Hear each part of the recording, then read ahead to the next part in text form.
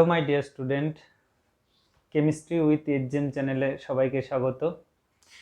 আমরা চলে এসেছি ক্লাস 11-এর ওয়েস্ট বেঙ্গল বোর্ডের পরমাণুর গঠন চ্যাপ্টার নিয়ে আজকে। তাহলে আজকে কি শিখবো আমরা? এই চ্যাপ্টারে আমরা কি শিখবো? আমরা এই চ্যাপ্টারে পরমাণুর যে মূল কণিকাগুলো আছে সেইগুলোকে জানবো আমরা, ঠিক আছে? তার সাথে সাথে অস্থায়ী, অস্থায়ী এবং সংমিশ্রণ সব ধরনের কণিকাগুলোকে আমরা জানবো আজকে। আর আরেকটা গুরুত্বপূর্ণ টপিক আমরা আজকে করব, সেটা হচ্ছে যে রাদারফোর্ডের পরমাণু মডেল এবং রাদারফোর্ড পরমাণু মডেলের পরীক্ষা, পর্যবেক্ষণ, সিদ্ধান্ত। তোমরা অনেকেই পড়েছো, নিচু ক্লাসেও থাকে, এটা ক্লাস 9-10-এও থাকে, 9-এ থাকে। তো রাদারফোর্ডের পরীক্ষা, আলফা বিচ্ছুরণ পরীক্ষা করাবো আজকে। এর সীমাবদ্ধতা কি সেটা পড়াবো, ঠিক আছে? সীমাবদ্ধতা কি পড়াবো এবং এটা কেন ব্যর্থ হয়েছিল সে সম্পর্কে আলোচনা করব, ঠিক আছে? তোমরা অনেক কিছুই জানো, আবার অনেক কিছু এদিক ওদিক আছে জানা। তো আমরা আজকে গুছিয়ে এইগুলো জানবো, রাদারফোর্ড পরমাণু মডেল এবং অপারমাণবিক কণাসমূহ কি কি আমরা সেটা জানবো, ঠিক আছে? এবার চ্যানেলে যারা তোমরা নতুন আছো তারা অবশ্যই সাবস্ক্রাইব করবে এবং বেল আইকন যেটা আছে সেই বেল আইকনটাকে অবশ্যই তোমরা ক্লিক করে রাখবে, যাতে পরবর্তী নতুন নতুন ভিডিও যদি আপলোড হয় তাহলে তোমাদের কাছে নোটিফিকেশন চলে যাবে, ঠিক আছে? তো দেখো, ঊনবিংশ বা বিংশ শতাব্দীর যখন জন ডাল্টন 1808 খ্রিস্টাব্দে তো তার পরমাণুবাদ আবিষ্কার করেছিলেন। তো পরমাণুবাদ তত্ত্ব তিনি আবিষ্কার করেছিলেন 1808 খ্রিস্টাব্দে। তো পরমাণুবাদ থেকে তিনি একদম স্ট্রিক্টলি বলেছিলেন কি, যে পরমাণু হচ্ছে অবিভাজ্য, একে ভাঙা যায় না, একে সৃষ্টি বা ধ্বংস করা যায় না। কিন্তু বাস্তবে পরমাণুগুলোকে পরবর্তী সময়ে কি করা হলো, ক্যাথোড রশ্মি পরীক্ষা, অ্যানোড রশ্মি পরীক্ষা এবং বিভিন্ন তেজস্ক্রিয় যে বিক্রিয়াগুলো আছে সেই বিক্রিয়াগুলোর মাধ্যমে নতুন নতুন কণা আবিষ্কার হতে শুরু করলো। তাহলে কি কি সেই কণাগুলো আবিষ্কার হতে শুরু করলো? আমরা পরমাণুকে অবিভাজ্য হিসেবে জেনে এসেছিলাম ঊনবিংশ শতাব্দী বা বিংশ শতাব্দীর প্রথম দিক অবধি, কিন্তু সেইগুলো আমাদের ভুল ধারণাটাকে সঠিক করার জন্য আমরা পরবর্তী সময় দেখলাম যে এটাকে 3টে কণায় ভাগ করা হচ্ছে। 3টে, এটাকে বলছি আমরা স্থায়ী বা স্টেবল, এটাকে বলছি স্থায়ী বা স্টেবল, একটাকে বলছি অস্থায়ী কণা। মানে স্থায়ী যেটা আছে সেটাই কিন্তু অ্যাকচুয়ালি কোনো পরমাণুর ফান্ডামেন্টাল কণা, এটাকে বলছি আমরা ফান্ডামেন্টাল কণিকা, ঠিক আছে? তো স্থায়ী, অস্থায়ী, আনস্টেবল কিছু কণা আছে, পজিট্রন, মেসন, নিউট্রিনো, অ্যান্টিনিউট্রিনো।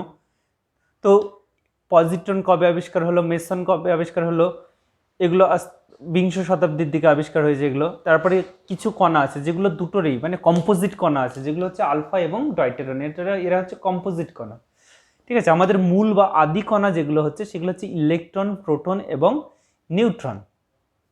এবার ইলেকট্রন কখন আবিষ্কার হলো, কিভাবে আবিষ্কার হলো, এগুলো তোমরা নিচু ক্লাসে দেখেছো, অ্যানোড রশ্মি পরীক্ষা, ক্যাথোড রশ্মি পরীক্ষা এবং এদের ভর নির্ণয় করা, আধান নির্ণয় করা, এগুলো সব বিভিন্ন রকম পরীক্ষা থেকে এগুলো নির্ণয় করা হয়েছে। তবে আমি এইটুকু বলবো যে এটাকে যদি শর্টকাটে মনে রাখতে চাও, এই 3টে জিনিসের যে কে কে আবিষ্কার করেন সেটা যদি মনে রাখো, তাহলে এটাকে মনে রাখতে হয় ইট ট্রিক্স, যেটা বলি আমরা শর্ট ট্রিক্স।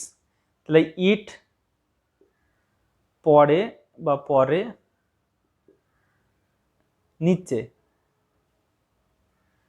ইট পরে নিচে।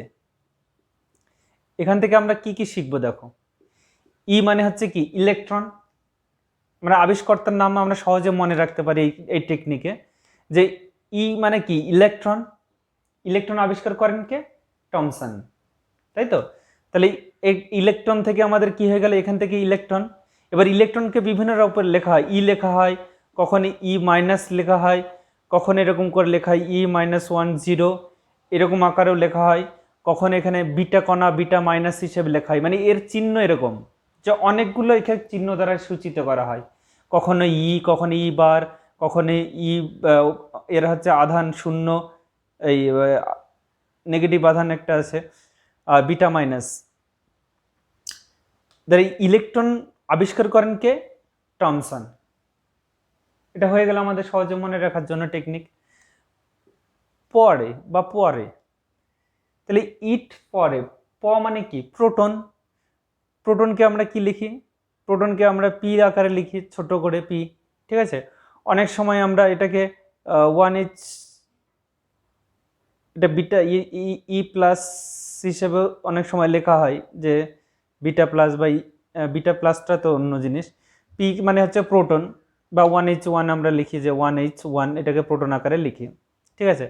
এবার রে, পরে রে কেন লেখা হয়েছে? রে মানে হচ্ছে রাদারফোর্ড,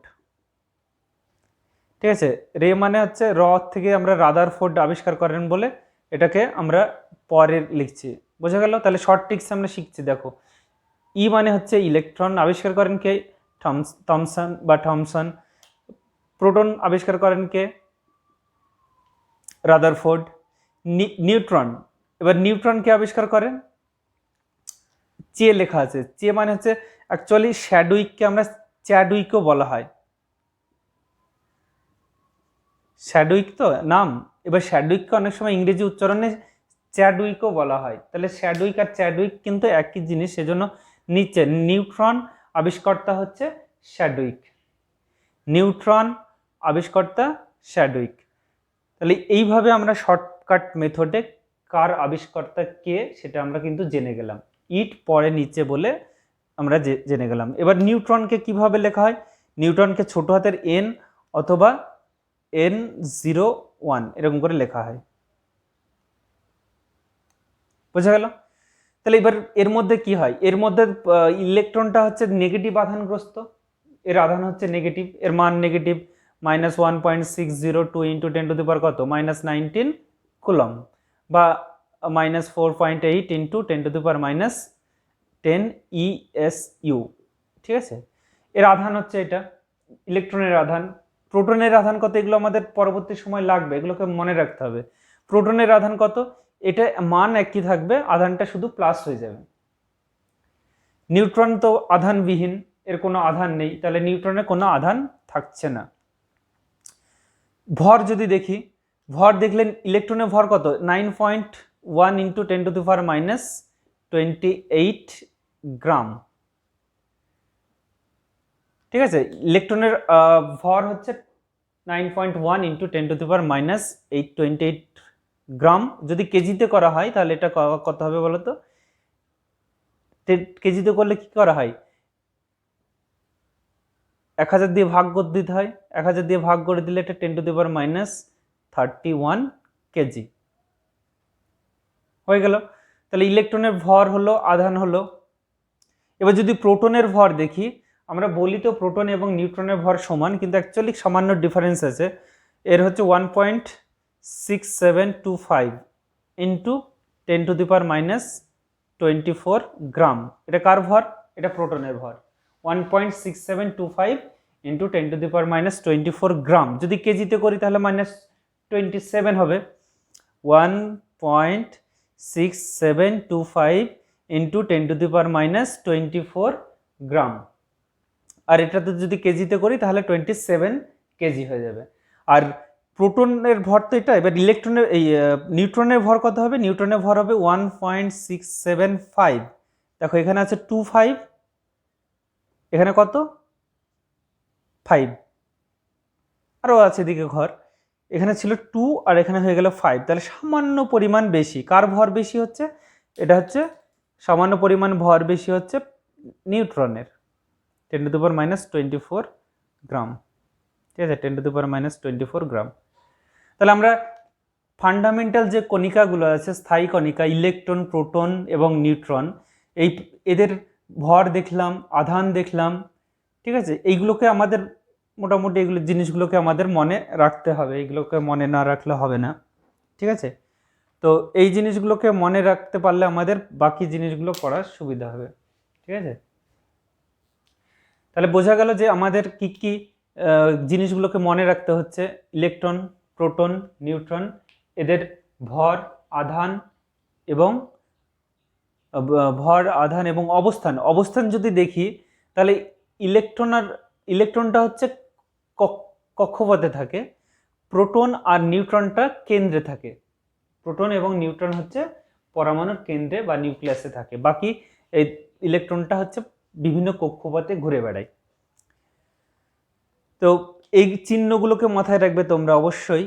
ইলেকট্রনকে ই বা ই মাইনাস, মাইনাস ই বা বিটা মাইনাস এরকম করে লেখা হয়, প্রোটনকে পি বা 1H1 এগুলোকে লেখা হয়। এবার কিভাবে মনে রাখবে কে কার আবিষ্কর্তা সেগুলোকে টেকনিকটা বলে দিলাম, ইট পরে নিচে বলে সহজে আমরা মনে রাখতে পারবো। এবার অস্থায়ী কণা যেগুলো কোনো বিক্রিয়া মানে তেজস্ক্রিয় বিক্রিয়া হোক বা অন্যান্য কোনো বিক্রিয়া হোক, বিক্রিয়ার সময়কালে এরা উৎপন্ন হয় আবার নষ্টও হয়ে যায়, তো এদেরকে সেজন্য অস্থায়ী কণা বলা হচ্ছে। তাহলে অস্থায়ী কণা মধ্যে পজিট্রন, অ্যান্ডারসন আবিষ্কার করেন পজিট্রন। এটাকে ই প্লাস হিসেবে লেখা হয় বা এটাকে বিটা প্লাস হিসেবে লেখা হয় বা এটাকে ই প্লাস 1 0 এটা দিয়ে লেখা হয়। মেসন কণা ইকোয়া মানে ওই কত 1935 সালের দিকে আবিষ্কার করে জুকাওয়া বা ইকোয়া, একটা জাপানিজ বিজ্ঞানী, ঠিক আছে। ইকোয়া তত্ত্ব বলা হয় পাইমেসন তত্ত্ব। যেটা পাইমেসন তত্ত্ব কোথায় পাবে বলো তো তোমরা? পাইমেসন তত্ত্ব এটা পাবে নিউক্লিয় বলে। আমরা বলি না প্রোটন আর নিউট্রন একসঙ্গে পরমাণু নিউক্লিয়াসে কেন থাকে বা কিভাবে থাকে, তার ব্যাখ্যা তো আমরা এমনি করতে পারি না, কিন্তু পাইমেসন তত্ত্ব থেকে সেই ব্যাখ্যাটা আমরা খুব ইজিলি করতে পারি। কেন নিউক্লিয় বল দ্বারা পরমাণুর প্রোটন এবং নিউট্রন একসাথে থাকতে পারে। যদিও প্রোটন বিকর্ষণ করার কথা, নিউট্রন স্তরী, তাদের মধ্যে কোনো আকর্ষণ বিকর্ষণ থাকার কথা নয়, কিন্তু তারা একসাথে থাকছে কি করে সেটা পাইমেসন তত্ত্ব ছাড়া আমরা ব্যাখ্যা করতে পারি না। নিউট্রিনোটা এই কত 50 সালের পরে আবিষ্কার হয়, 1950 সালের পরে, 56 সালের নাগাদ আবিষ্কার করেন। কি আবিষ্কার করেন? ফার্মি আবিষ্কার করেন, নামকরণ করেন হচ্ছে ফার্মি। তাহলে এই কণাগুলো এবং সংমিশ্রণ কণা সেই সাথে আছে, আলফা এবং ডয়টেরন, ঠিক আছে। আর নিউট্রিনোটা হচ্ছে নিউ, আর অ্যান্টি নিউট্রিনোটা হচ্ছে নিউবার। চিহ্নগুলোকেও ভাইটাল, তোমরা চিহ্নগুলোকেও দেখে রাখবে যে ইলেকট্রনের চিহ্ন কি, প্রোটনের চিহ্ন কি, নিউট্রনের চিহ্ন কি, পজিট্রনে কি, মেসনে কি, ঠিক আছে। মেসনে হচ্ছে পাই আবার এর ভাগ আছে, পাই পজিটিভ আছে, পাই নেগেটিভ আছে, আর পাই নিউট্রাল আছে, 3 রকমের আছে, ঠিক আছে। তো এই কটা আপাতত তোমরা রেডি করে রাখবে, ঠিক আছে। তাহলে এরপরে আমরা চলে যাব রাদারফোর্ড মডেলে। রাদারফোর্ড আমাদের পরমাণু মডেলে যে রাদারফোর্ড তত্ত্ব, রাদারফোর্ড কি করেছিলেন 1911 খ্রিস্টাব্দে একটা পরমাণুর মডেল সম্পর্কে তিনি ধারণা দিয়েছিলেন। এবার পরমাণু মডেলটা আমরা যদি দেখি, সেটা আলফা বিচ্ছুরণ কণা, আলফা বিচ্ছুরণ কণা যে পরীক্ষা আছে, সেই পরীক্ষা দ্বারা সিদ্ধান্ত গ্রহণ করা হয়েছিল যে পরমাণুর মডেল কীরকম হবে সেটা দেখিয়েছিলেন বিজ্ঞানী রাদারফোর্ড। তাহলে সেই পরীক্ষাটা কীরকম ছিল যদি আমরা এবার দেখে নিই যে রাদারফোর্ডের পরীক্ষাটা কীরকম ছিল, আমরা একটু দেখে নিই। একটা তেজস্ক্রিয় রশ্মি হিসেবে আলফা কণার স্রোত রাখা হয়েছিল, বিশেষ করে RSC রেডিয়াম কার্বাইড, বা এটাকে অ্যাকচুয়ালি বিসমাথের আইসোমার Bi83, ঠিক আছে।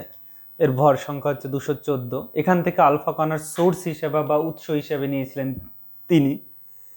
এটা লেডের পাত নিয়েছিলেন, লেডের ছিদ্রযুক্ত পাত। আলফা কণা, এটা মাথায় রাখবে যে আলফা কণা হচ্ছে হিলিয়াম কণা স্রোত বলি, ঠিক আছে। হিলিয়াম কণা স্রোত আলফা কণা মানে, কিন্তু হিলিয়াম হচ্ছে 2 পজিটিভ, এটাকে মাথায় রাখবে তোমরা। হিলিয়াম হচ্ছে 2 পজিটিভটাকে বলা হয় আলফা কণা স্রোত, মানে ধনাত্মক আধান বিশিষ্ট হয় এরা, 2 আধান বিশিষ্ট। যা মানে এই যে হিলিয়ামটা, তো এটাই একটা ইলেকট্রনের যে ভর হয়, ইলেকট্রনের ভরের চেয়ে প্রায় 7500 গুণ বেশি হয়। এটা হিলিয়ামের ভর মাথায় রাখবে, হিলিয়াম 2 পজিটিভ বা আলফা কণার ভর একটা ইলেকট্রনের ভরে প্রায় 7500 গুণ বেশি হয়। তো আলফা কণার সোর্স হিসাবে বিসমাথের এই আইসোমারটা নেওয়া হয়েছিল। এটা যখন এই যে লেড লেডকে ভেদ করে যখন যাচ্ছে তখন এইখানে একটা পাত নেওয়া হয়েছিল। কার পাত নেওয়া হয়েছিল? সোনার পাত নেওয়া হয়েছিল। কত? 0.0004 মিলিমিটার, 0.0004 মিলিমিটার বিশিষ্ট কিসের পাত নেওয়া হয়েছিল? সোনার পাত। এখানে একটা সোনার পাত নেওয়া হয়েছিল যার বেদ খুবই কম, খুবই অল্প বেদ, 0.004 মিলিমিটার ব্যাস বিশিষ্ট বেদ বিশিষ্ট একটা সোনার পাত নেওয়া হয়েছিল। এবার আলফা কণার একটা মজার গুণ আছে যে আলফা কণাগুলো যখন এই ছিদ্র দিয়ে যখন বেরিয়ে যখন সোনার পাতের উপর দিয়ে পড়ছে, পড়ার পরে এটা একটা জিঙ্ক সালফাইডের প্রলেপ দিয়ে একটা পর্দা রাখা ছিল। ঠিক আছে, যখন আলফা কণা এইগুলোকে ভেদ করে যখন এর মধ্যে বেরিয়ে যাচ্ছিল তখন এইগুলোতে মধ্যে একটা উজ্জ্বল বিন্দু সৃষ্টি করতে হচ্ছে, স্ফুলিঙ্গ সৃষ্টি করছিল। উজ্জ্বল বিন্দু বা স্ফুলিঙ্গ সৃষ্টি করে, যেটাকে আমরা বলি স্কিনটিলেশন। ঠিক আছে, উজ্জ্বল বিন্দু বা স্ফুলিঙ্গ সৃষ্টি করে আলফা কণাগুলো। ঠিক আছে, আলফা কণাগুলো তাহলে উজ্জ্বল বিন্দু বা স্ফুলিঙ্গ সৃষ্টি করে, যেটাকে আমরা বলছি স্কিনটিলেশন। ঠিক আছে, যেদিকে যেদিকে আলফা কণাগুলো জিঙ্ক সালফাইডকে ছেদ করবে বা পড়বে জিঙ্ক সালফাইডের উপরে, সেখানে একটা উজ্জ্বল বিন্দু, এগুলো সব উজ্জ্বল বিন্দু সৃষ্টি করে, যেটাকে আমরা বলছি স্কিনটিলেশন। তো রাদারফোর্ডের এটাই হচ্ছে পরীক্ষা যে তেজস্ক্রিয় রশ্মি আলফা কণার স্রোত হিসেবে তিনি উৎস নিলেন কি? বিসমাথ 83 আইসোমারটা। এখান থেকে আলফা কণা বেরিয়ে গেলে কোথায় গেল? লেডের পাতের মধ্যে দিয়ে একটা সরু ছিদ্র রাখলেন, সেই ছিদ্রটাকে ভেদ করে দিয়ে সে বেরিয়ে গেল কোথায়? গোল্ডের 0.004 বেদ বিশিষ্ট সোনার পাত।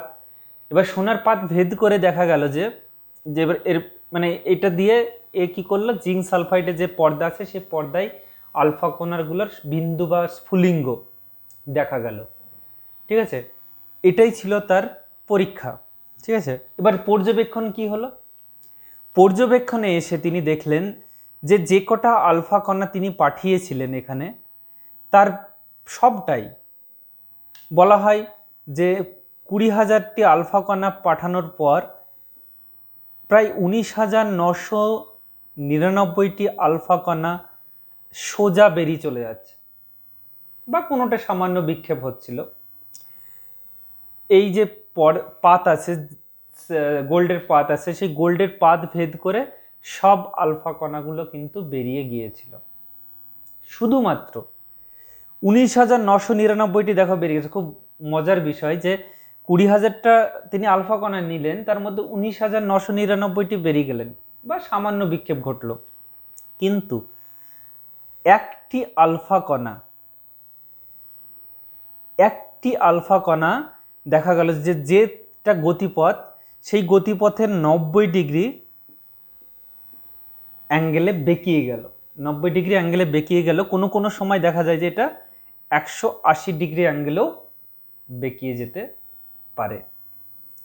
তাহলে খুব মজার বিষয় না যে আমি 20,000টা আমি আলফা কণা পরপর পাঠিয়ে গেলাম এই সোনার পাতের ভিতর দিয়ে, যখন সোনার পাথর দিয়ে মানে বেরিয়ে গেল দেখা গেল যে 19,999টি আলফা কণা বেরিয়ে গেল। 19,999টি আলফা কণা বেরিয়ে চলে গেল। থাকলো কটা? একটা থাকলো। সেই একটা কি করলো?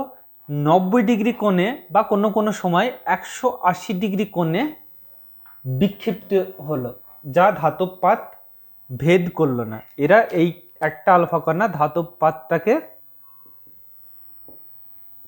পাতটাকে ভেদ করলো না।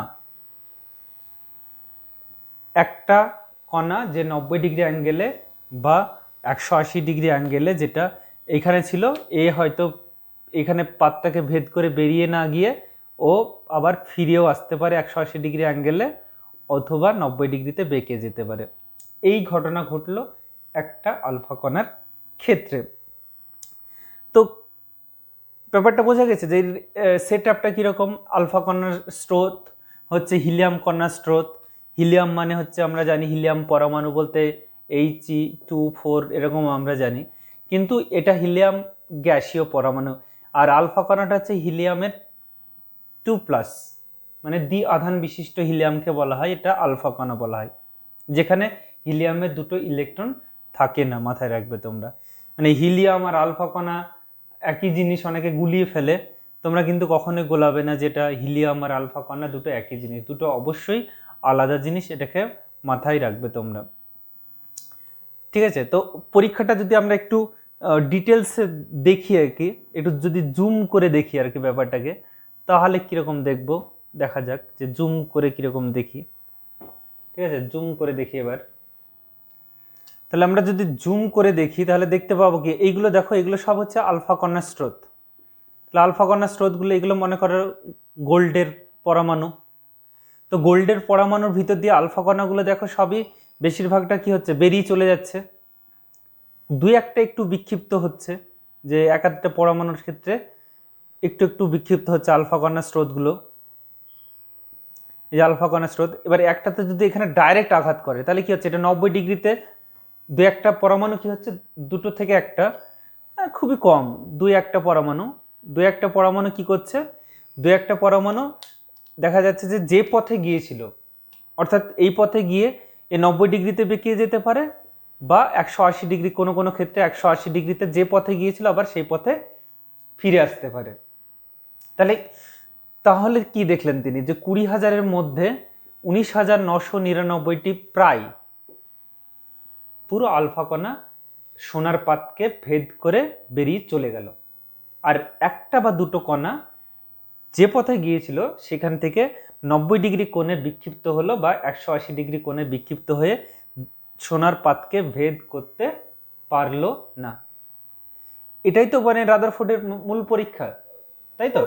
তো এই মূল পরীক্ষা যদি আমরা আরো যদি মানে দেখা যায়, যে আরো যদি জুম করে দেখা যায় একটা পরমাণু ক্ষেত্রে, তাহলে এরকম ব্যাপারটা দাঁড়াবে। এটা মনে করো পরমাণু নিউক্লিয়াস, যেখানে প্রোটন আর নিউট্রন আছে, আর বাকি তো ইলেকট্রন মহল আমরা জানি, এরকম করে সব ইলেকট্রন মহল আছে বাকি স্থানগুলোতে, নির্দিষ্ট কক্ষপথ আছে।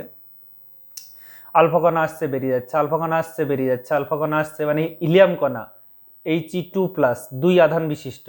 কিন্তু যখনই এখানে আঘাত করছে বা এর সঙ্গে যখনই আসছে, এর সংস্পর্শে যখনই আসছে, তখন সে হয় এদিকে বেঁকিয়ে যাচ্ছে, নাহলে যে পথে এসেছিল সেই পথেই ফিরে যাচ্ছে, তাই তো।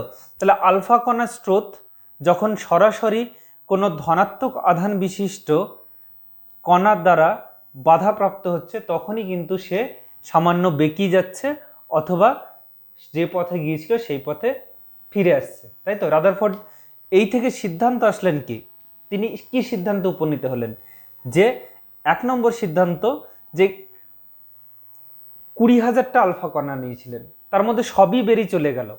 এর অর্থ কি, এর অর্থ যে পরমাণুর বেশিরভাগ অংশই হচ্ছে ফাঁকা, তাই তো। যেহেতু 19,999টি আলফা কণা বেরিয়ে যাচ্ছে দুই একটি ছাড়া, তাই পরমাণুর বেশিরভাগ অংশই হচ্ছে ফাঁকা। বোঝা গেল তো, এটা খুব সহজে তোমরা বুঝতে পারলে যে 20,000টা নিয়ে হয়েছিল আলফা কণা, সবই বেরিয়ে যাচ্ছে, তার মানে কি পরমাণু তো ফাঁকা, ফাঁকা না থাকলে তো বেরোতে পারতো না, তাই তো। এবার ধনাত্মক চার্জযুক্ত, এই যে ধনাত্মক চার্জযুক্ত আলফা কণা কি করছে, ধনাত্মক চার্জযুক্ত নিউক্লিয়াস বা প্রোটন, নিউক্লিয়াস আমরা বলছি না আপাতত, এই যে প্রোটন কণা দ্বারা, প্রোটন ধনাত্মক চার্জ বিশিষ্ট, আলফা কণাও ধনাত্মক চার্জ বিশিষ্ট, তাহলে ধনাত্মক চার্জ বিশিষ্ট আলফা কণা প্রোটন দ্বারা কি হচ্ছে, বাধাপ্রাপ্ত হচ্ছে। আমরা কি জানি যে একই ধরনের আধান, ধনাত্মক আধান কি করে, একে অপরকে বিকর্ষণ করে, ধনাত্মক আধান ঋণাত্মক আধান কি করে, একে অপরকে আকর্ষণ করে। তাহলে সেম যদি পোল হয় তাহলে তারা মানে অ্যাট্রাকশন হবে না, তাদের মধ্যে রিপালশন হবে। আর যদি অপোজিট পোল হয় তাহলে তাদের মধ্যে অ্যাট্রাকশন হবে।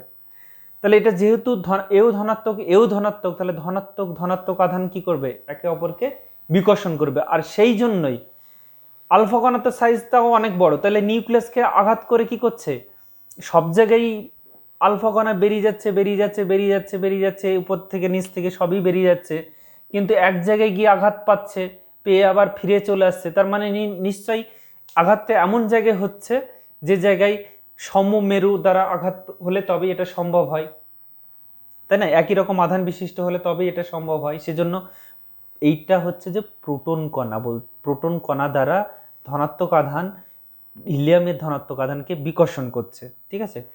তাহলে ধনাত্মক চার্জযুক্ত কোনো কণাই কেবলমাত্র হিলিয়ামকে বিকর্ষণ করতে পারে, সেই সিদ্ধান্ত থেকেই আসা গেল যে পরমাণুর বেশিরভাগ স্থান ফাঁকা আর পরমাণু সমস্ত ভর এক জায়গায় কেন্দ্রীভূত আছে, ঠিক আছে? এক জায়গায় ভরটা কেন্দ্রীভূত আছে, যে ভরটা কেন্দ্রীভূত আছে সেটাকে বলছি আমরা নিউক্লিয়াস। বোঝা গেল? যে জায়গায় ভরটা সমস্ত ভর পরমাণুর কেন্দ্রীভূত অবস্থায় আছে সেই জায়গাটাকে বলছি আমরা ধনাত্মক চার্জ বিশিষ্ট জায়গাটাকে বলছি নিউক্লিয়াস, ঠিক আছে? এবার দুই একটা মানে আলফা কণা এই নিউক্লিয়াস অভিমুখে এসেছিল, সেই জন্য এরা বাধাপ্রাপ্ত হয়েছিল বা কোনোটা বিকশিত হয়েছিল, এদিক ওদিক বেরিয়ে গিয়েছিল। তাছাড়া বাকি যে আলফা কণাগুলো সেগুলো সোজি পথে একদম যে পথে এসেছে সেই পথ দিয়ে বেরিয়ে চলে গেছে সোনার পাত্রটাকে ভেদ করে। তাহলে সিদ্ধান্ত এক কি? আলফা কণা যেহেতু সব বেরিয়ে যাচ্ছে তাহলে পরমাণুর বেশিরভাগ অংশই ফাঁকা। 2 নম্বর সিদ্ধান্ত কি? 2 নম্বর সিদ্ধান্ত হচ্ছে যে পরমাণু যেহেতু আলফা কণাগুলো হচ্ছে ধনাত্মক আধান বিশিষ্ট, তাহলে নিশ্চয়ই কোনো মাঝখানে কোথাও একটা জায়গায় ধনাত্মক আধান বিশিষ্ট কণা আছে যার দ্বারা বিকশিত হয়ে ধনাত্মক আধান বিশিষ্ট আলফা কণা আবার যে পথে গিয়েছিল সে পথে ফিরে আসে, মানে সোনার পাতটাকে ভেদ করতে পারছে না। এবং যে জায়গাটা ভেদ করতে পারছে না তার মানে কি পরমাণুর সমস্ত ভর ওই জায়গায় কেন্দ্রীভূত অবস্থায় আছে, যেটাকে আমরা বলি পরমাণুর নিউক্লিয়াস, যেখানে সমস্ত ভরটা কেন্দ্রীভূত অবস্থায় বা পুঞ্জীভূত অবস্থায় আছে। তাহলে নিউক্লিয়াস আবিষ্কার হলো। আর ইলেকট্রনগুলো পরমাণুর কি বলছে যে মানে ইলেকট্রনগুলো কি হয়, ইলেকট্রনগুলোর ভর তো ইলেকট্রনগুলোর যে ভর একটা ইলেকট্রনের ভর একটা হিলিয়াম কণার ভরের প্রায় 7500 গুণ কম হয়। মানে হিলিয়ামের একটা হিলিয়াম মানে একটা আলফা কণা স্রোত মানেই 7500টা ইলেকট্রন। তার মানে একটা হিলিয়াম যদি যায় একটা ইলেকট্রন কিছু করতে পারবে? কিচ্ছু করতে পারবে না, ওর ভর তো নগণ্য। মানে ইলেকট্রন দ্বারা হিলিয়াম কণা বা আলফা কণা স্রোতকে কোনোভাবেই প্রভাবিত করতে পারে না, ঠিক আছে? অর্থাৎ আলফা কণা স্রোত ইলেকট্রন দ্বারা বাধাপ্রাপ্ত হয় না, ঠিক আছে? কারণ ইলেকট্রনের ভরটা হচ্ছে নগণ্য। তাহলে ঋণাত্মক আধানটা কোথায় থাকছে? ঋণাত্মক আধানটা চারিদিকে ছড়িয়ে থাকছে, বাইরের অংশে ছড়িয়ে থাকছে, এটাই হচ্ছে ইলেকট্রনগুলো থাকার জায়গা। আর সমস্ত ভর এক জায়গায় কেন্দ্রীভূত থাকছে, সেটাকে আমরা বলছি নিউক্লিয়াস। তাহলে নিউক্লিয়াস আর বাইরের অংশটা হচ্ছে ইলেকট্রন ঘুরে বেড়ানোর জায়গা। পরবর্তী সময় যেটা রাদারফোর্ড মডেল, সেই মডেলে বলা হচ্ছে পরমাণুর দুটো অংশ, একটাকে বলছি আমরা নিউক্লিয়াস আর বাইরের যে অংশটা বলছি, এখান থেকে তো পরমাণুর মডেল চলে আসলো যে একটাকে বলছি আমরা নিউক্লিয়াস আর বাকি যে অংশটা থাকছে এটা গোল হয়নি পুরোপুরি, মানে পুরোটা গোল হবে, বৃত্তাকার হবে, তাহলে বাকি অংশটাকে বলছি আমরা ইলেকট্রন মহল। তাহলে নিউক্লিয়াস আর ইলেকট্রন মহল।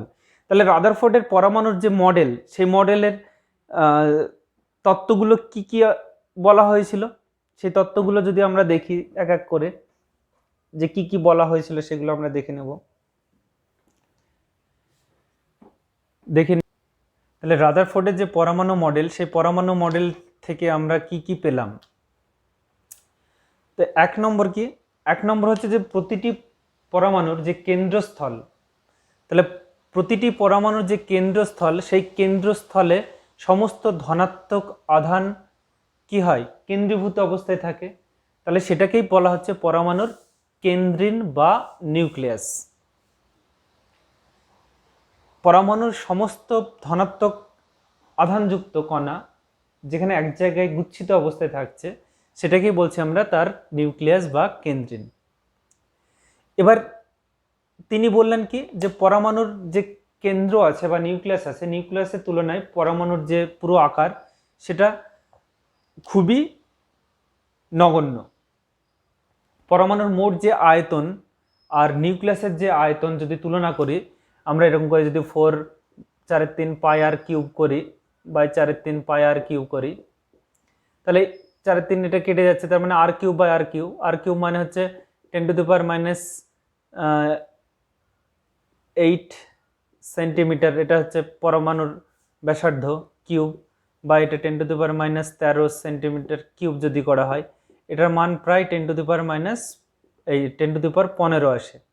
ঠিক আছে, অর্থাৎ নিউক্লিয়াসের যে আয়তন হবে তা পরমাণুর আয়তনের তুলনায় এত গুণ কম হবে, 10⁻15 গুণ কম হবে। মানে সমস্ত পৃথিবীর যদি সমস্ত নিউক্লিয়াসগুলোকে আমরা যদি এক জায়গায় জড়ো করতে পারি না, মানে এটা কিন্তু রাদারফোর্ড মডেলের সময় আবিষ্কার হয়নি যে নিউক্লিয়াসের ব্যাস কত বা পরমাণুর ব্যাস কত। পরমাণুর ব্যাস হচ্ছে 10⁻⁸ সেন্টিমিটার মতো হয়, অ্যাংস্ট্রং মতো, কিন্তু নিউক্লিয়াসের ব্যাস হচ্ছে ব্যাসার্ধ হচ্ছে 10⁻13 সেন্টিমিটার মতো হয়। ঠিক আছে, এটা ব্যাস, মানে ব্যাসার্ধ করলে কি হবে, তার মানে এটাকে 2 দিয়ে ভাগ করতে হবে, এটাকে 2 দিয়ে ভাগ করতে হবে, এটা হচ্ছে ব্যাস, পরমাণুর ব্যাস আর হচ্ছে নিউক্লিয়াসের ব্যাস। তাহলে দুটো ব্যাস পরবর্তী সময় আবিষ্কার করার পর এটা দেখা গেল যে এটা দাঁড়াচ্ছে, অর্থাৎ নিউক্লিয়াসের আকার পরমাণুর সমগ্র আয়তনের তুলনায় খুবই নগণ্য হয়। ঠিক আছে, তারপরে পরমাণুর সমস্ত ভর, একটা পরমাণুর যা ভর হবে সেই ভরটা সবটাই নিউক্লিয়াসে কেন্দ্রীভূত থাকবে। একটা পরমাণুর সমস্ত ভর নিউক্লিয়াসে কেন্দ্রীভূত থাকে।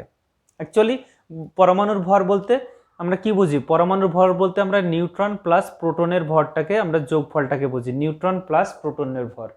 এটা পরবর্তী সময় দেখা গিয়েছে যে একটা পরমাণুর সমস্ত ভর মানেই হচ্ছে নিউক্লিয়াসে অবস্থিত নিউট্রন এবং প্রোটনের মোট ভরকে বলা হয় পরমাণুর ভর। কারণ ইলেকট্রনের ভর তো একটা প্রোটনের ভরের 1837 গুণ, সেজন্য ইলেকট্রনের ভরটাকে সেখানে কি ধরা হয়, নগণ্য ধরা হয়। আমরা কোনো পরমাণুর ভর বলতে আমরা কি বুঝি, যেমন অক্সিজেন 8-16, প্রোটন কটা 8টা, ইলেকট্রন কটা 8টা, নিউট্রন কটা 16 - 8 মানে 8টা, তাহলে 8 8 8 মানে 16 হওয়া উচিত, 24 হওয়া উচিত ছিল ভর। কিন্তু অ্যাকচুয়ালি ভর কার কার যোগফল হচ্ছে, নিউটনের সংখ্যা আর প্রোটনের সংখ্যা যোগ করা হচ্ছে। কেন করা হচ্ছে, কারণ ইলেকট্রনের যে ভরটা হয় সে ভরটা, একটা ইলেকট্রনের ভর একটা প্রোটনের ভরের তুলনায় 1/1837 গুণ কম হয়। সেজন্য পরমাণুর ভর নির্ণয় করার সময় আমরা ইলেকট্রনের ভরটাকে নিই না। বোঝা গেল যে ইলেকট্রনের ভর কেন পরমাণুর ভর নির্ণয়ের ক্ষেত্রে ধরা হয় না। এটা ক্লিয়ার হয়েছে যে ভর নিউক্লিয়াসে কেন্দ্রীভূত থাকে। এবার পরমাণুর সমস্ত ধনাত্মক চার্জ, ঠিক আছে, সমস্ত ধনাত্মক আধান কোথায় থাকে, নিউক্লিয়াসে থাকে। কোনো পরমাণুর সমস্ত ধনাত্মক আধান বা পজিটিভ চার্জ কোথায় থাকে, নিউক্লিয়াসে থাকে। ঠিক আছে, নিউক্লিয়াসে সমস্ত ধনাত্মক আধানটা থাকে।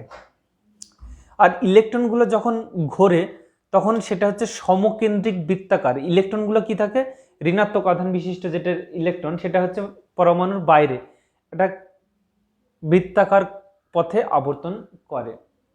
ঠিক আছে, এই বৃত্তাকার পথে আবর্তন করে, যদিও রাদারফোর্ড মডেল এটা ত্রুটি ছিল, মানে সমকেন্দ্রিক বৃত্তাকার কক্ষপথ, মানে বাইরের কক্ষপথে আবর্তন করে।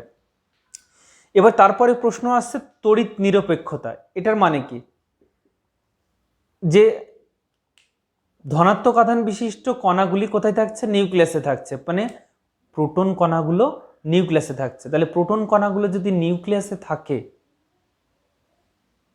তাহলে ঋণাত্মক আধান বিশিষ্ট কণাগুলো নিউক্লিয়াসের বাইরে থাকছে। যতগুলো প্রোটন থাকবে ততগুলোই ইলেকট্রন থাকবে। যদি প্রোটন আর ইলেকট্রন যদি সমান না হয় তাহলে কিন্তু পরমাণু নিস্তড়িত হবে না। সেই জন্য তড়িৎ নিরপেক্ষতা বজায় রাখতেই হচ্ছে। কিভাবে থাকছে, যে যতগুলো প্রোটন নিউক্লিয়াসে থাকছে বা ধনাত্মক আধান বিশিষ্ট কণা যতগুলো নিউক্লিয়াসে থাকছে তার বাইরে ততগুলি ঋণাত্মক আধান বিশিষ্ট কণা থাকছে। বোঝা গেল? তো এবার ইলেকট্রনগুলো ঘুরছে কি করে? ইলেকট্রনগুলো ঘুরছে দেখো, এই যে নিউক্লিয়াসকে কেন্দ্র করে তো একটা বৃত্তাকার সমকেন্দ্রিক বৃত্তাকার পথ মনে করছি আমরা। তো এই পথে যখন ইলেকট্রনগুলো আবর্তন করছে, এখানে দু রকমের বল সৃষ্টি হচ্ছে। এখানে মনে করো ইলেকট্রনটা আছে, এটা মনে করো নিউক্লিয়াসের ধনাত্মক আধান ইলেকট্রনের ঋণাত্মক আধান এদেরকে আকর্ষণ করছে, টেনে নেওয়ার চেষ্টা করছে কাছে। তাহলে কাছে যদি টেনে নেয়, তাহলে টেনে নিলে কি করবে, যে আকর্ষণ বলটা সেটা হচ্ছে স্থির তাড়িত্বিক আকর্ষণ বল। ঠিক আছে, এটাকে বলছি আমরা স্থির তাড়িত্বিক আকর্ষণ বল। এই যে স্থির তাড়িত্বিক আকর্ষণ বল, তো এই বলটাকে আমরা কি বল বলছি? আবার ইলেকট্রন কি করবে, ইলেকট্রন চাইবে যে ওখান থেকে বাইরে বেরিয়ে যেতে চাইবে, এই নিউক্লিয়াসের আকর্ষণ থেকে সে বাইরে বেরিয়ে চলে যেতে। যখন আমরা একটা কোনো কিছু ঘোরাই, সে কি করে, সেটা বাইরে বেরিয়ে যেতে চাই। সেই বলটাকে বলা হয় কেন্দ্রাতিক বল বা সেন্ট্রিফিউগাল ফোর্স বলা হয়। সেন্ট্রিফিউগাল ফোর্স বলা হয়, মানে যে বলটা ইলেকট্রনগুলো বাইরে বেরিয়ে যেতে চাইবে। আর টেনে ধরে রাখবে কে? টেনে ধরে রাখবে স্থির তাড়িতিক বল। স্থির তাড়িতিক আকর্ষণ বল টানছে, আর কেন্দ্রাতিক বল বাইরে বের করে নিয়ে যাচ্ছে। তাহলে যদি এই বল দুটো সমান না হয়, একজন টানা আর একজন ঠেলে বের করে দেওয়া যদি সমান না হয়, তাহলে তো ইলেকট্রনগুলো চলতে পারবে না, নাহলে হয় বেরিয়ে যাবে, নাহলে নিউক্লিয়াসে এসে আশ্রয় পড়বে। কিন্তু বাস্তবে তা হয় না। তাহলে কি হবে, এটা একটা অপরের সঙ্গে সমানভাবে ক্রিয়া করে বলে, বিপরীতভাবে ক্রিয়া করে বলে, যাতে নিউক্লিয়াসে এসে কখনোই পড়ে না। এই হলো রাদারফোর্ডের পরমাণুর মডেল। বোঝা গেল? তাহলে এই 6টা পয়েন্টকে, 7টা পয়েন্টকে তোমরা ভালো করে মনে রাখবে। সেই সাথে সাথে একটা নিউক্লিয়াসের আয়তন একটা পরমাণুর আয়তনের তুলনায় কত গুণ কম সেটা বুঝতে পারছো, যে 10⁻15, মানে 1-এর পরে 15খানা শূন্য এরকম করে চলতে থাকবে, 1/এত। তার মানে পৃথিবীর যদি এইটুকু পরিমাণ, যদি মনে করো যে এইটুকু পরিমাণ যদি আমরা নিউক্লিয়াস সংগ্রহ করতে পারি, তার ভর কত হবে বুঝতে পারছো? যে এইটুকু পরিমাণ যদি নিউক্লিয়াসকে সংগ্রহ করতে পারি, মানে সমস্ত পরমাণু যদি নিউক্লিয়াসটাকে সংগ্রহ করতে পারি, তাহলে তার ভর, মানে আমরা এইটুকু জিনিস কিন্তু আমরা ক্রেন লাগিয়েও তুলতে পারবো না, এতটাই ভর হবে। যে যদি পরমাণুটার ভর যদি 1 গ্রাম হয়, তাহলে এটা কি হবে, 10⁻15 × 1 গ্রাম, কয়েক হাজার কোটি ভর হবে, কয়েক হাজার কোটি গ্রাম বা কিলোগ্রাম হবে। ঠিক আছে, তাহলে এইটাই গেল আমাদের পরমাণু মডেলের, রাদারফোর্ডের পরমাণু মডেল, যেটা 1911 সালে প্রতিষ্ঠা হয়েছিল। তাহলে এই পরমাণু মডেলের সঙ্গে সৌরজগতের পরমাণু মডেলের সঙ্গে, মানে রাদারফোর্ডের পরমাণু মডেলের সঙ্গে সৌরজগতের পরমাণু মডেলের কিছু সাদৃশ্য আছে, কিছু বৈসাদৃশ্য আছে। এটা কিন্তু ক্লাস 11-এ আমাদের দরকার হয় না, এটা আমাদের সাধারণত নিচু ক্লাসের দিকে 8 বা 9-এর দিকে দরকার হয়, যে রাদারফোর্ডের পরমাণু মডেল এবং সৌরজগতের যে মডেল, তার সাদৃশ্য কি আছে, তার বৈসাদৃশ্য কি আছে। ঠিক আছে, তাহলে সৌরজগতের পরমাণু মডেল আর রাদারফোর্ডের পরমাণু মডেল, বা সৌরজগতের গঠন এবং পরমাণুর গঠন। পরমাণু গঠন বলতে রাদারফোর্ডের মডেল অনুযায়ী হাইড্রোজেনের গঠন হচ্ছে এরকম, যে একটা মানে নিউক্লিয়াস আর ইলেকট্রনটা একটা কক্ষপথে ঘুরে বেড়াচ্ছে, কক্ষপথ নয়, ইলেকট্রন মহলে ঘুরে বেড়াচ্ছে। ঠিক আছে, এটা ছিল হাইড্রোজেনের মডেল, পরমাণুর মডেল। তো যেটাতে আসছিলাম, যে সৌরজগৎ আর হচ্ছে রাদারফোর্ড মডেল, তাহলে এই দুটো কি, রাদারফোর্ডের পরমাণু মডেল আর সৌরজগতের পরমাণু মডেল, এই দুটো কি, সেটাকে আমরা আজকে দেখবো, যে এর মধ্যে সাদৃশ্য কি আছে আর হচ্ছে বৈসাদৃশ্য কি আছে। সাদৃশ্য হচ্ছে যে সৌরজগতে যেমন সূর্যকে কেন্দ্র করে গ্রহগুলো চারিদিকে ঘোরে, এর কি হবে, নিউক্লিয়াসকে কেন্দ্র করে ইলেকট্রনগুলো চারিদিকে ঘোরে। ঠিক আছে, সৌরজগতেরও যেমন দুরকম বল ক্রিয়া করে, কেন্দ্রাতিক বল আর হচ্ছে অনু, আর মানে গ্রহ উপগ্রহ, গ্রহগুলো আর মানে সূর্য আর গ্রহর মধ্যে যে আকর্ষণ বল, সেটা হচ্ছে মাধ্যাকর্ষণ বল। মহাকর্ষ বল বলি আমরা। তাহলে মহাকর্ষ বল দ্বারা তারা টেনে ধরে রাখতে চাইছে, আর কেন্দ্রাতিক বল ছেড়ে বেরিয়ে চলে যেতে চাইছে। এখানেও তাই, এখানে হচ্ছে স্থির তাড়িতিক আকর্ষণ বল আর হচ্ছে সেন্ট্রিফিউগাল ফোর্স কাজ করছে, ঠিক আছে। তাহলে আবার দেখা যাবে যে সৌরজগতে যেমন মানে সূর্যের ভর কি হয়, নিউক্লিয়াস পরমাণু নিউক্লিয়াসের ভর যেমন বেশি হয়, সৌরজগতে সূর্যের ভরও বেশি হয় ইলেকট্রনের গুলোর তুলনায়, ঠিক আছে। তাহলে এর ক্ষেত্রে কি হবে, সূর্যের ভর বেশি, এর ক্ষেত্রে কার ভর বেশি, নিউক্লিয়াসের ভর বেশি, ঠিক আছে। এরকম সাদৃশ্য আছে, অনেক রকম পড়ে নেবে তোমরা, যে কোনো টেক্সট বই পেয়ে যাবে এটা। সাদৃশ্য অনেক কটা লেখা থাকে, বৈসাদৃশ্য লেখা থাকে। আর বৈসাদৃশ্য যদি দেখি, যে সৌরজগতে যেমন গ্রহগুলোর কিন্তু উপগ্রহ আছে, পরমাণু ইলেকট্রনের কিন্তু কোনো উপ ইলেকট্রন নেই। সৌরজগতে গ্রহগুলোর কোনো আধান নেই, কিন্তু রাদারফোর্ডের মডেল যেটা আছে সেই মডেলের প্রোটন, ইলেকট্রন, নিউট্রন এগুলো সব আধান বিশিষ্ট কণা, ঠিক আছে। তাহলে এই দুটোকে খেয়াল রাখতে হবে। তাহলে এইভাবে আমরা সাদৃশ্য এবং বৈসাদৃশ্যগুলোকে করে নেব। একটা পথ বৃত্তাকার, একটা উপবৃত্তাকার পথ, এগুলোকেও জানতে হবে আমাদের, যে সৌরজগতের পথটা হচ্ছে উপবৃত্তাকার, কিন্তু রাদারফোর্ড মডেল অনুযায়ী হচ্ছে বৃত্তাকার কক্ষপথে আবর্তন করছে। আর একটা স্থির তাড়িতিক আকর্ষণ বল, এর হচ্ছে স্থির তাড়িতিক আকর্ষণ বল রাদারফোর্ডে, কিন্তু সৌরজগতের হচ্ছে মহাকর্ষ বল, ঠিক আছে। তাহলে এটাকে আমাদের করে রাখতে হবে। এবার আমরা আসছি রাদারফোর্ড পরমাণু মডেলের সীমাবদ্ধতা। খুব ইন্টারেস্টিং, যে রাদারফোর্ড পরমাণু মডেলের কি কি সীমাবদ্ধতা আছে এবং সেই সাথে সাথে অন্যান্য কি কি সীমাবদ্ধতা আছে, এক্সট্রা কি কি সীমাবদ্ধতা আছে, সেগুলো সম্পর্কে আজকে জানবো। তো প্রথম যে সীমাবদ্ধতা, সেই সীমাবদ্ধতা কি, প্রথম যে সীমাবদ্ধতা সেটা হচ্ছে যে রাদারফোর্ডের পরমাণু মডেল পরমাণু স্থায়িত্ব সম্পর্কে ব্যাখ্যা দিতে পারে না। রাদারফোর্ডের পরমাণু মডেল পরমাণুর যে স্থায়িত্ব, সেই স্থায়িত্ব সম্পর্কে ব্যাখ্যা দিতে পারে না। সেই ব্যাপারটা কি আমি বলছি। এখানে আমাদের একটা তত্ত্ব আছে, ম্যাক্সওয়েল বলে একজন বিজ্ঞানী ছিলেন, ম্যাক্সওয়েলের তড়িৎ চুম্বকীয় যে তত্ত্ব, ঠিক আছে, ম্যাক্সওয়েলের তড়িৎ চুম্বকীয় তরঙ্গের তত্ত্ব।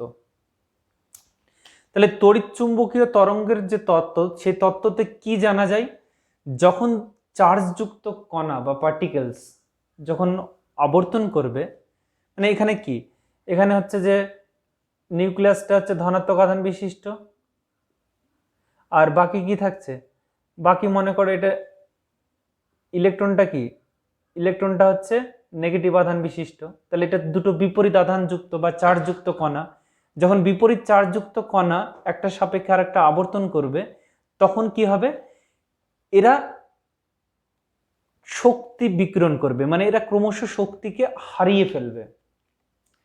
ধনাত্মক আধান বিশিষ্ট নিউক্লিয়াস ঋণাত্মক আধান বিশিষ্ট ইলেকট্রন যখন আবর্তন করবে নিউক্লিয়াসকে কেন্দ্র করে, তখন ইলেকট্রনগুলো কি করবে, ধীরে ধীরে ম্যাক্সওয়েলের যে তড়িৎচুম্বকীয় তরঙ্গের যে তত্ত্ব, সেই তত্ত্বে বলা হচ্ছে যে যখন কোনো গতিশীল কণা আবর্তন করবে, চার্জযুক্ত কণা আবর্তন করবে, তখন তারা ক্রমশ শক্তি হারাবে। তাহলে শক্তি যেটা হারাবে, শক্তি হারালে এর যে গতিপথটা ছিল, যে বৃত্তাকার গতিপথ ছিল, সেই বৃত্তাকার গতিপথ আর থাকছে না। তখন এর গতিপথটা কি হচ্ছে, ইলেকট্রনগুলো আস্তে আস্তে শক্তি হারাবে। শক্তি হারানো মানে কি, আস্তে আস্তে এর গতিপথটা কি হবে, যেদিকে ছিল আস্তে আস্তে কমবে, কমতে কমতে কি হবে, একটা সময় নিউক্লিয়াসে এসে ইলেকট্রনটা গিয়ে পড়ে যাবে। অর্থাৎ এর যে গতিপথটা সেটা বৃত্তাকার না হয়, সেটা কি গতিপথ হয়ে যাবে, স্পাইরাল হয়ে যাবে, ঠিক আছে। তাহলে এই স্পাইরাল গতিপথের জন্য নিউক্লিয়াসটা মানে পরমাণুর কোনো অস্তিত্ব থাকবে না। অর্থাৎ নিউক্লিয়াসটা যদি ইলেকট্রনগুলো মানে ইলেকট্রন যখন নিউক্লিয়াসে এসে পড়বে, তখন পরমাণুর যে গঠনের কোনো অস্তিত্ব থাকবে, ইলেকট্রন মহল, নিউক্লিয়াস, এটা আলাদা আলাদা অংশ ছিল, এরকম কোনো অস্তিত্ব থাকবে না। কিন্তু বাস্তবে সেটা হয় না, ঠিক আছে। তার মানে এটা কি, এটা একটা সীমাবদ্ধতা। তাহলে রাদারফোর্ড কিন্তু এটা ব্যাখ্যা করতে পারেনি। রাদারফোর্ড বলেছে যে পরমাণু নিউক্লিয়াস আছে, নিউক্লিয়াসকে চারিদিকে ইলেকট্রন মহল আছে, ইলেকট্রন মহলে ইলেকট্রনগুলো ইচ্ছে মতো ঘুরে বেড়াচ্ছে, যে কোনো দিকে ইলেকট্রনগুলো ঘুরে বেড়াচ্ছে একদম পাই পাই করে। কিন্তু ম্যাক্সওয়েল তার যে তড়িৎচুম্বকীয় তরঙ্গ তত্ত্ব, সেই তত্ত্ব বলছে যে যখন বিপরীত আধানযুক্ত কণা, বিপরীত আধানযুক্ত অর্থাৎ এটা পজিটিভ ইলেকট্রনটা নেগেটিভ, নেগেটিভ আর পজিটিভ যখন আধানযুক্ত কণা যখন আবর্তনরত অবস্থায় বা ঘূর্ণনরত অবস্থায় থাকবে, তখন তারা ক্রমশ শক্তি হারাবে। এরা শক্তি হারানো মানে কি, এর যে কক্ষপথ আস্তে আস্তে কি হবে, শক্তি হারাচ্ছে মানে কি, নিম্ন শক্তিতে চলে আসবে আস্তে আস্তে। নিম্ন শক্তিতে আসা মানে কি, এর কক্ষপথটা যেটা ছিল বৃত্তাকার সেটা আস্তে আস্তে স্পাইরাল হয়ে যাচ্ছে, ঠিক আছে, স্পাইরাল পথ হয়ে যাচ্ছে। এবার স্পাইরাল পথ হতে হতে একটা সময় কি করবে, ইলেকট্রনটা শক্তি হারাতে হারাতে হারাতে হারাতে এক সময় নিউক্লিয়াসে এসে পড়বে। যখনই নিউক্লিয়াসে এসে পড়বে তখন আর পরমাণুর কোনো অস্তিত্ব থাকবে না, কিন্তু বাস্তবে সেটা হয় না। অর্থাৎ রাদারফোর্ড পরমাণু স্থায়িত্ব সম্পর্কে কোনো ধারণা দিতে পারেনি, তাই তো। 2 নম্বর কি, 2 নম্বর হচ্ছে যে নিরবিচ্ছিন্ন বর্ণালী, যেটাকে আমরা বলি কন্টিনিউয়াস স্পেকট্রাম, ঠিক আছে। তাহলে কন্টিনিউয়াস স্পেকট্রাম সম্পর্কে কোনো ধারণা, মানে রাদারফোর্ড বলছে কি, যদি ইলেকট্রনগুলো এইভাবে যদি আবর্তন করে তাহলে কি করবে, যে বর্ণালীটা পাওয়া দরকার সেই বর্ণালীটা হচ্ছে কন্টিনিউয়াস স্পেকট্রাম, মানে একটার উপর একটা আপতিত হয়ে যাবে, পরপর রঙগুলো এক জায়গায় মিশে অবস্থায় থাকবে, নিরবিচ্ছিন্নভাবে থাকবে। যেমন রামধনু 7টা রং পরপর মিশে থাকে, এটা হচ্ছে নিরবিচ্ছিন্ন বর্ণালী, ঠিক আছে। তো যদি মানে ওই রকম বর্ণালী, আর বাস্তবে যেটা পাই সেটা হচ্ছে রেখা বর্ণালী, মানে আলাদা আলাদা করে একটা কালো ব্যান্ড থাকে, মাঝখানে পট্টি থাকে, আর একটা করে রেখা বর্ণালী এরকম করে দূরে দূরে থাকে। বাস্তবে যে বর্ণালীটা পাই হাইড্রোজেনের বর্ণালী, সেই বর্ণালীটা বোরের তত্ত্ব থেকে আমরা দেখব, সেই তত্ত্ব থেকে জানবো যে আমাদের যে বর্ণালীটা, সেই বর্ণালীটা পাচ্ছি আমরা নিরবিচ্ছিন্ন বর্ণালী না হয়ে সেটা আমরা পাচ্ছি রেখা বর্ণালী, যেটাকে আমরা বলি line spectrum. Line spectrum clear হয়েছে, একদম পুরো ক্লিয়ার। নিরবিচ্ছিন্ন বর্ণালী, বিচ্ছিন্ন বর্ণালী এসব সম্পর্কে পরবর্তী ভিডিও আমি বানাবো, একদম পুরো স্পেকট্রামের উপর একটা আলাদা করে ভিডিও বানাবো, তখন তোমরা ব্যাপারটা আরো ক্লিয়ার জানবে কোনটা নিরবিচ্ছিন্ন কোনটা রেখা বর্ণালী, ঠিক আছে। তো এইগুলোই, এই দুটোই হচ্ছে মেন রাদারফোর্ড পরমাণু মডেলের সীমাবদ্ধতা। এছাড়াও যে অন্যান্য সীমাবদ্ধতা আছে, সেটা রাদারফোর্ড বলেছিলেন যে দুটো অংশ আছে পরমাণুর, নিউক্লিয়াস আর ইলেকট্রন মহল। এবার ইলেকট্রন মহলে ইলেকট্রনগুলো ছড়িয়ে ছিটিয়ে কোথায় আছে, কিভাবে আছে, সেই সজ্জা, ইলেকট্রনের যে সজ্জা, সেই সজ্জা সম্পর্কে কোনো ধারণা তিনি দিতে পারেননি, যে এখানে আছে না এখানে আছে না কোথায় আছে, সেই সম্পর্কে কোনো ধারণা তিনি দিতে পারেননি। 2 নম্বর কি, 2 নম্বর কক্ষপথের ব্যাসার্ধ, মানে ব্যাসার্ধের তো কোনো ধারণাই দেননি তিনি, তার তো ব্যাসার্ধ তো দূরের কথা, ব্যাসার্ধ সম্পর্কে কোনো ধারণা তিনি দেননি, ইলেকট্রন মহল বলে ছেড়ে দিয়েছেন, ইলেকট্রনগুলো এইরকম ইচ্ছে মতো যে কোনো জায়গায় ঘুরে বেড়াচ্ছে সেই হিসেবে মানে বলে ছেড়ে দিয়েছেন। তারপরে কি, তারপরে হচ্ছে বেগ ও শক্তি, মানে ইলেকট্রনের বেগ কত হবে, তার এনার্জি কি হবে, সেই সম্পর্কে কোনো ধারণা দেননি তিনি, ঠিক আছে। তাহলে এই হলো রাদারফোর্ড মডেলের সীমাবদ্ধতা এবং অন্যান্য সীমাবদ্ধতা। তাহলে পরবর্তী ভিডিও খুব তাড়াতাড়ি আসবে, পরবর্তী ভিডিওতে তোমরা পাবে আইসোটোপ কাকে বলে, আইসোটোন কাকে বলে, আইসোবার কাকে বলে, আইসোডায়াফার, আইসোস্টার, যে কয়েকটা পরমাণু গঠন পড়তে গেলে কয়েকটা সংজ্ঞা আমাদের খুব ইম্পর্টেন্ট, এগুলো যেমন জয়েন্ট এন্ট্রান্স লাগে, আবার অন্যান্য কম্পিটিটিভ এক্সামেও লাগে, আবার আমাদের ওয়েস্ট বেঙ্গল বোর্ডের যে সিলেবাস সেখানেও লাগে, সেই সংজ্ঞাগুলো আমরা পরবর্তী ভিডিওতে করাবো, তারপরে আমরা বোরের তত্ত্ব করাবো, ঠিক আছে। তাই অবশ্যই সঙ্গে থেকো, আর সাবস্ক্রাইব করো, বেশি করে বন্ধুদের শেয়ার করো, শেয়ার করলে কি হবে, যে আমি একটু অনুপ্রাণিত হব, ভিডিও করার একটা আলাদা এনার্জি পাবো। তাই সবাইকে বলছি অবশ্যই তোমরা সাবস্ক্রাইব করবে, সেই সঙ্গে বন্ধুদের শেয়ার করবে, যাতে করে তুমিও উপকৃত হও এবং সেই সাথে তোমার বন্ধুরা উপকৃত হোক, এটাই আমার চাই। আজকে তাহলে এই পর্যন্তই, পরবর্তী ভিডিওর জন্য নোটিফিকেশন লক্ষ্য রেখো।